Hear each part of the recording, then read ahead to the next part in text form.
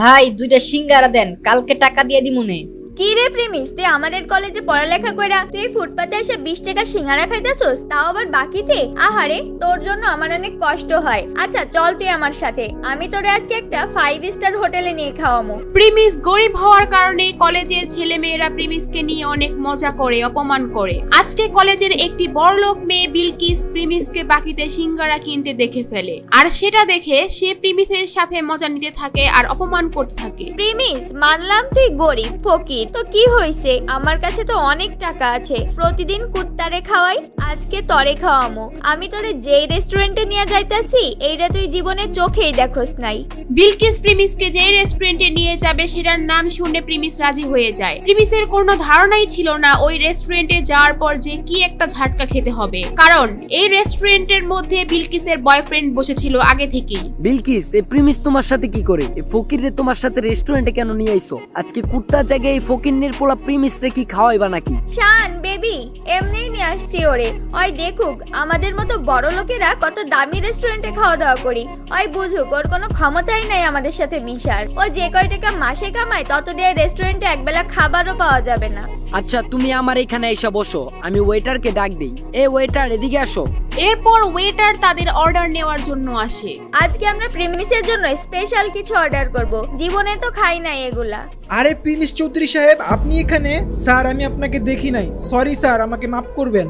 প্রিমিসকে দেখে ওয়েটার আশ্চর্য হয়ে যায় আর ওইখান থেকে চলে যায়, কিন্তু বিলকিস আর বিলকিসের বয়ফ্রেন্ড এটা দেখে একেবারে অবাক হয়ে যায়, আর তারা দুজনেই বুঝতে পারে না ওখানে কি হলো। প্রেমিস, তোমার এই ওয়েটার চৌধুরী স্যার কেন বললো? তার মানে কি তুমি এই হোটেলে আগেও আসছো? খুব তাড়াতাড়ি সব বুঝতে পারবে। কিছুক্ষণ পরে ওয়েটার 50,000 টাকা দামের একটা কোল্ড ড্রিঙ্কস নিয়ে আসে ওখানে আর বলে, চৌধুরী স্যার, এই যে নেন আপনার ফেভারিট কোল্ড ড্রিঙ্কস। এত দামি কোল্ড ড্রিঙ্কস? এই প্রিমিস, এত দামি কোল্ড ড্রিঙ্কস এর বিল কি তোর আব্বু দিব নাকি? এটা শুনে প্রিমিস একটু হাসতে থাকে, আর ঠিক তখনই ওয়েটার বলে, প্রিমিস চৌধুরী স্যারের বিল দেওয়ার কোনো দরকার নাই।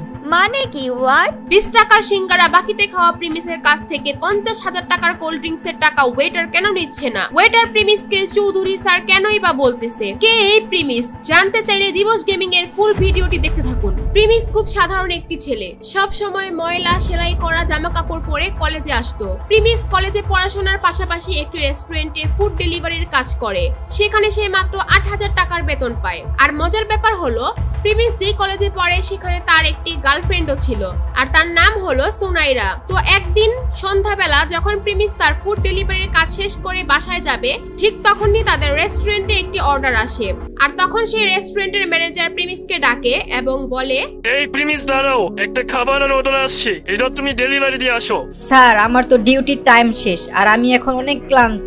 কলেজ থেকে ফিরে এখনো কিচ্ছু খাই নাই, আমার কলেজের অ্যাসাইনমেন্টও বাকি আছে। স্যার আপনি এই অর্ডারটা অন্য কাউরে দিয়ে ডেলিভারি করায় দেন। তোমার তো সাহস কম না, তুমি আমার মুখের উপর তর্ক করো। আমাদের বাকি ফুড ডেলিভারি বয়েরা এখন বিজি আছে, এটা তোমারই এখন দিতে হবে। স্যার এখন আমার খুব দুর্বল লাগতেছে, না হলে আমি ডেলিভারিটা দিয়ে আসতাম, আর এই অবস্থায় সাইকেল চালা যেতে হয়তো আমি পারবো না। তোমাকে চাকরি দেওয়া আমার ভুল হয়েছে, কোনো কাজ দিলে তুমি এমন ফালতু অজুহাত দেখাও। চাকরি থেকে বাদ দিলে তখন দেখা যাবে চাকরি কোথায় পাও। তুমি চালো আমার বাইকটা নিয়ে খাবারটা পৌঁছে দিয়ে আসো। আচ্ছা ঠিক আছে, আমি যাচ্ছি। প্রিমিস এই ক্ষুধার্ত শরীর নিয়েও খাবার ডেলিভারি দিতে রাজি হয়। যদিও তার কাজের সময় শেষ হয়ে গিয়েছে, তারপরেও ম্যানেজারের কথায় তার চাকরি হারানোর ভয়ে সে যেতে বাধ্য হয়। তাই সেই কথা চিন্তা করে রেস্টুরেন্ট থেকে খাবার নিয়ে বের হয় ডেলিভারি দেওয়ার জন্য। A few moments later. আরে কত সুন্দর বাইক! ইস, এরকম একটা বাইক যদি আমার থাকতো, এই বাইক দিয়ে সোনাইরাকে নিয়ে ঢাকা শহরে অলিতে গলিতে নিয়ে ওকে ঘুরতাম। সুনাইরা হচ্ছে প্রিমিসের গার্লফ্রেন্ড, আর সুনাইরা বাইক অনেক পছন্দ করে। প্রিমিস যেহেতু সুনাইরাকে অনেক ভালোবাসে, সে তার বেতনের টাকা থেকে যখনই কিছু টাকা বাঁচাতে পারে সুনাইরার জন্য গিফট কিনে নিয়ে আসে। প্রিমিস মনে করে সুনাইরা তার পাশে সারা জীবন থাকবে। সুনাইরা প্রিমিসকে অনেক ভালোবাসে, এটাও সে মনে করে। আর তারপর প্রিমিস ফুড ডেলিভারি দেওয়ার জন্য তার গন্তব্যে পৌঁছে যায়, আর সেটি ছিল একটি দামি হোটেল। হোটেলের ভিতর যখনই রুমে নক করে, আর তখন ভিতর থেকে দরজা খুলে দেয় একটি মেয়ে। সেই মেয়েটি আর কেউ নয়, সেটি ছিল প্রিমিসের গার্লফ্রেন্ড সুনাইরা। আরে সুনাইরা, তুমি এখানে কি করতেছো? তোমার সকাল থেকে মেসেজ দিতাছি, ফোন দিতাছি, কোনো রিপ্লাই নাই। আচ্ছা ওয়েট, তুমি কি খাবার অর্ডার দিছো? আর তুমি হোটেলে কি করতেছো তোমার বাসায় রাইখা? এই ডেলিভারি বয়ের সাথে তো কিসের কথা? আরে প্রিমিস দেখি আমাদের কলেজে পড়ালেখা করে সেই ছেলে এখন ফুড ডেলিভারি বয়।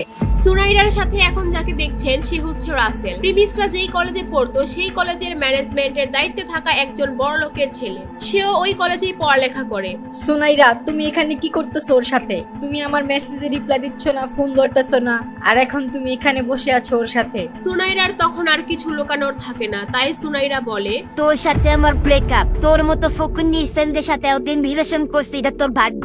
তোর তো একটা বাইক কেনার সামর্থ্য নাই, আমাকে কোথাও ঘুরতে নিয়ে যাস না। তোর মতো ফকিনের পোলার সাথে কে রিলেশন রাখবে রে? প্রিমিস সুনাইরার কথা শুনে যেন তার মাথায় আকাশ ভেঙে পড়লো। প্রিমিস সুনাইরাকে নিয়ে এত স্বপ্ন দেখতো, আর সেই সুনাইরা তার সাথে এই কাজ করলো। প্রিমিস একদম নীরব হয়ে ওইখান থেকে চলে আসতে থাকে। সারাদিন না খাওয়া, তার মধ্যে এত বড় ধাক্কা, সে একদম ভেঙে পড়ে। আর ঠিক তখনই কাহিনীতে আসে নতুন টুইস্ট। তার ফোনে একটি মেসেজ আসে, আর সেখানে লেখা থাকে প্রিমিস চৌধুরী আজকে থেকে তার অভাবী জীবন থেকে মুক্ত, আর তার ব্যাংক অ্যাকাউন্টে 500 কোটি টাকা অ্যাড হয়েছে, এবং সে তার পরিবারের গরিবী পরীক্ষায় পাশ করেছে। আপনারা হয়তো ভাবছেন এটা আবার কিসের পরীক্ষা। চৌধুরী ইন্ডাস্ট্রির একমাত্র ছেলে ছিল প্রিমিস। তাদের চৌধুরী পরিবারের একটা নিয়ম ছিল, তাদের পরিবারের ছেলেদের তারা ছোটবেলা থেকেই সমস্ত সম্পত্তি ও টাকা পয়সা থেকে বঞ্চিত করে দেয় এবং গরিব অবস্থায় ছেড়ে দেয়। একটা সময় গিয়ে যখন তাদের 21 বছর বয়স পূরণ হয়, তখন তারা তাদের সমস্ত সম্পত্তি ফিরে পায়। আর সেই দিনটি ছিল আজকে। কি হবে এখন? কি করবে এখন প্রিমিস? কি হতে যাচ্ছে প্রিমিসের সাথে?